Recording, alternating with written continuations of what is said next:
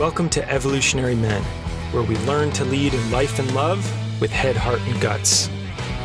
This is for men wanting to deepen their presence in the world, clarify their purpose, more easily connect with their power, and find ease in dating and relationships. I'm your host, Jason Lang. Let's get started. Today I want to talk about what it takes to really change. When men work with me on coaching for their dating or relationships, or join one of my men's groups to get some kind of support for something deeper in their lives, it's almost always because they want to make a change. And here's the thing. I've been doing this work for a long time, and there's a couple really important distinctions to know about the different types of change and how we need to do them all. We actually need to do all of these different things to really create meaningful and lasting change in our lives to become better men. So very simply, I just want to distinguish kind of four categories that are important to what I would call an evolutionary growth mindset. We're going to start with the kind of most foundational one, the most important one, the element of growth that a lot of people know about and think about when we think of growth, but isn't necessarily enough. And that's what we call waking up. So waking up is this idea that we become aware of what's really going on, right? We become aware of the moment in our programming and our conditioning and the nature of reality. You know, we know this in mainstream culture as taking the red pill from the Matrix, when suddenly we have this insight and awareness into, wow, things aren't what they appear to be. And so waking up is what most people associate with enlightenment or traditional spiritual practice, right? I see through the facade of the moment and realize none of it's true. Waking up is the part of us that can become immediately aware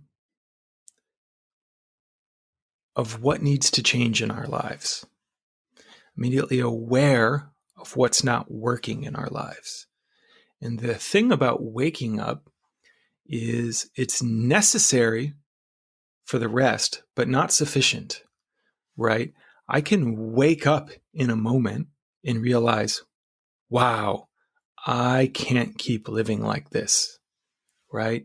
I'm not eating healthily, or I'm in too much debt, or my life is unsustainable at work.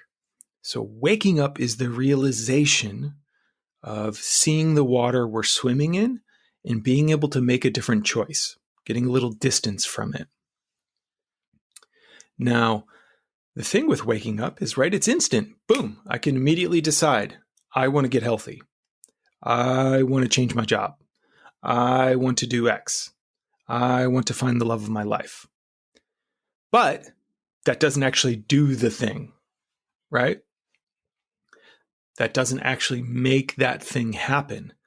But we have to have that awareness first before we actually get into the mechanics of it. So waking up traditionally is associated with things like mindfulness and meditation, right? We're learning to notice all the things in our consciousness that we used to be fused with firsthand. As we wake up, we create a little bit of distance from them. We can see them as objects in our experience. And when we can see them, we can start to make different choices about how we're interacting with them or how they're driving us. The problem is waking up's not enough. So the second big piece of an evolutionary growth mindset that it takes to really change is what we call growing up. And that's this idea that growing up is something that can only happen over time. super important, can only happen over time. So you can even think of a seed, right? An acorn seed. From the moment it's created, it has all the information it needs to become a big, mighty tree. But you can't rush its growth. There's no way to go from seed to big, towering acorn in an instant. It has to unfold over time. And that's what we call growing up. So growing up is traditionally what we see in media as the montage, right? This is where we're putting in our reps. We're putting in our training. We're doing things over time to get better at them. It often requires a lot of failure, right? Trying something, it not working, and then it getting better. Growing up and waking up are two totally different things. And waking up does not grow you up, right? I can make the decision. I want to be a master guitar player. Instant, boom. I'm aware I want to be a guitar player. But then I have to practice. I have to grow up. I have to evolve and get better at my art. We do this a lot in men's work and in the type of work we do here at Evolutionary Men, using the power of our breath and our presence and how we handle moments, right? That all takes growing up. It takes practice. It takes putting in the reps. It takes choosing different responses to the moment. We, as humans, are continually growing. It's super obvious when we look at children, and there's lots and lots of research about child development, about how, when a baby's born, it doesn't know there's a difference between me and you. But over time, the structures in our brains develop and grow and support new types of consciousness. Now, one thing a lot of people don't know is that continues into adulthood. There's lots and lots of research now about all the different types of changes that happen when we continue growing as adults. Literally different structures and stages of consciousness that let us see more of the world. Now, the thing is, you can't rush right to the end. You actually have to grow through them. And all of us individually follow the same trajectory that human beings as a whole have evolved through the ages. It's pretty amazing hologram.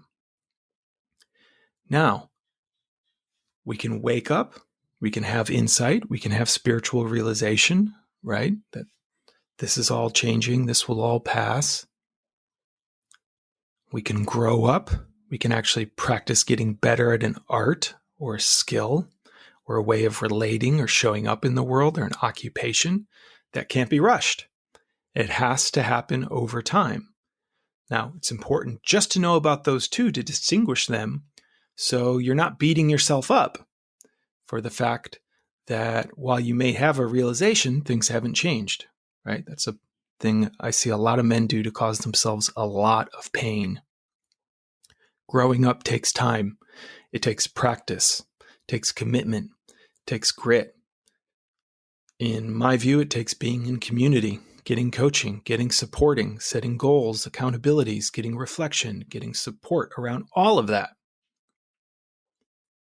And it supports further waking up. As we tend to grow up, we realize, oh, okay, things are different than they seem, and we continue to wake up. Now, there's two more important areas, the third of which is what we call clean up.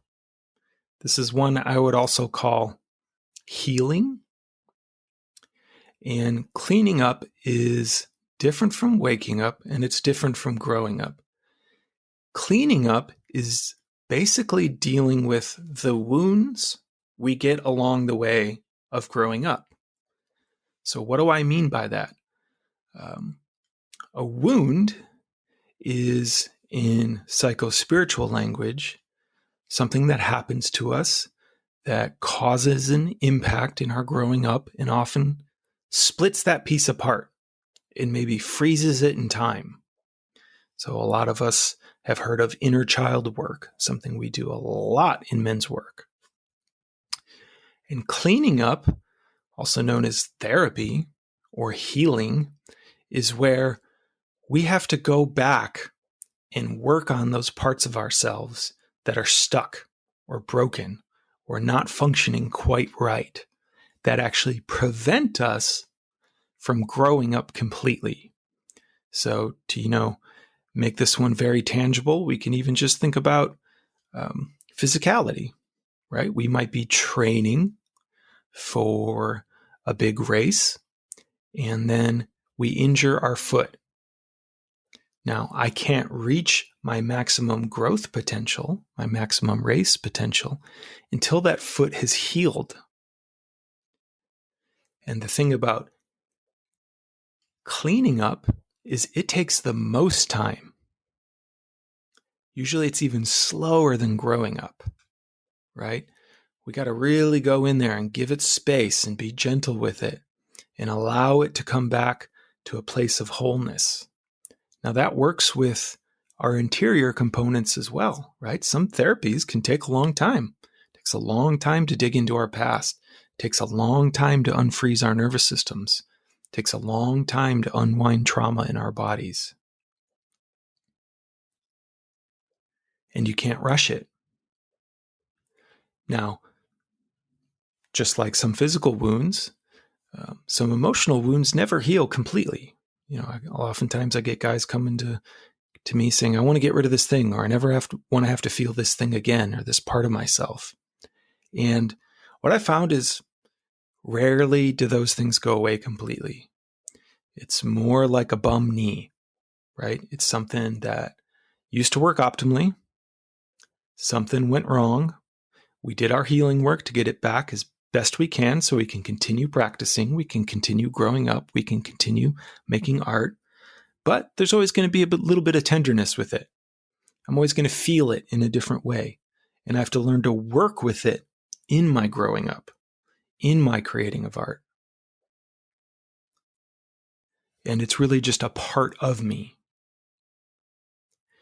Cleaning up is also where we have to do, another way to put this is what we like to say, shadow work, right? Reclaiming these parts of ourselves that split off that we're not even aware of. So sometimes traditional therapy or healing, we're aware of the wound, right? So we want to go get help on it. We want to go get physical therapy on it. We want to go get somatic therapy for it. But there's also a piece called shadow, which is when we don't even realize a part of us got split off. A part of us got frozen in time. A part of us is something we're totally denying or have abandoned or rejected in our system. So the thing about shadow is oftentimes other people can see it faster than us, right? It's kind of hard to see your own shadow. But other people are like, wow, hey, there's that thing right there. Are you aware of that shadow? And you're like, what are you talking about? And it's through relating to the other person that it becomes apparent. So I've led many weekends for guys specifically around shadow work, right? Shadow breakthrough weekends where we go in there and try to figure out what is it I'm not seeing? What am I not aware of that's been running my system, oftentimes from an earlier age? And how can I give voice to that? How can I move that? How can I bring energy to that to reintegrate it into my system? And shadow work and cleaning up are incredibly important. And they can take years, right? They're super challenging to do alone in a lot of ways. And that's where community and group and coaching and accountability and therapists can all really, really help. And we need it because we can wake up and still have tons of shadow. We see this constantly with particularly spiritual leaders, right? People who have some kind of deep insight, but then have all kinds of shadow, sexually abusing people, financially abusing people, physically or verbally abusing people. Waking up does not heal shadow. Sometimes it can create a little bit of space to do that work. Again, it's necessary, but not necessarily sufficient. But sitting on a cushion, years and years of meditating, does not show you your shadows and does not necessarily heal those shadows. Just like sitting on a cushion for years and years and years will not make you a master tango dancer. It can support that, helping you create the most spacious ground of being to do that work in, but it won't do it for you. And finally, there's a piece called showing up. And that's, how do we actually bring this into the world? We can wake up, we can grow up, we can clean up, but there's a way to do that all just focused on self. Showing up is really what happens in relationship, right? How am I showing up in relationship to the world, to culture, to my friends and family, to my loved ones, to my coworkers, and to the planet? This is what we might call service. This idea that there's certain types of healing and growth that only happen in service. And that if we want to have an impact in the world, we have to take all this stuff we're doing and bring it out. So we actually have to show up for the moment, show up in the world. This is where I like to think of, we're doing waking up, we're doing growing up, we're doing cleaning up, and showing up is really where the rubber meets the road, right? It's where we leave the monastery and take it into the marketplace of how can I actually relate to others and then get feedback on my relating, which then I filter back into my waking up, growing up, and cleaning up.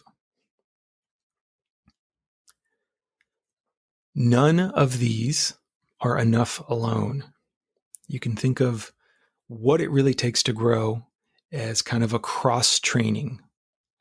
And you need all four of these elements to really create sustained change. I've just seen it time and time again. Now, as you've heard before, I think one of the best tools for doing this is to join a men's group, particularly a group that meets regularly over time, where you can get support in your growing up, your cleaning up, your shadow, your waking up, and you can actually practice showing up, right? Showing up differently with men, showing up and using your voice. It's not a straight path, right? Sometimes working deeply in one area will unlock something in another area and our energy will shift there. So we may have a cascade of waking up moments, just tons and tons of realizations and awareness about how our life's been working and what we haven't seen, which then leads us to go into therapy and get shadow work or join a men's group or do a weekend. And then boom, we see, okay, these are the things that have been holding me back, and this is what I need to change. Now I need to go put in the reps back in life, right? I need to actually practice over time, create my art in the world, and show up regularly. So many modalities tend to just focus on one arena of these, but you need all four. And if you want to be an evolutionary man, you need to do an audit and make a checklist. What am I doing to wake up? What am I doing to grow up? What am I doing to clean up? And what am I doing to show up in the world in service of not just myself? Don't want to just be spiritual narcissists, but we want to use our growth as a way to support and serve others. In the end, it's kind of the only thing that matters. So where are you in your journey of waking up, growing up, cleaning up, and showing up? Let me know. Send in some comments at jason@evolutionary.men. And if you want to join us on a journey, an evolutionary growth journey with other men, you can get some information about my high-end coaching program for dating and relationships at evolutionary.men/webinar. There's a free training there. And at evolutionary.men/events, you can keep up to date with some upcoming drop-in men's groups where you can really get into a community of other guys who are doing all this type of work. See you next time. If you're interested in working with me around dating, relationships, or your masculine presence in the world, just go to evolutionary.men/apply.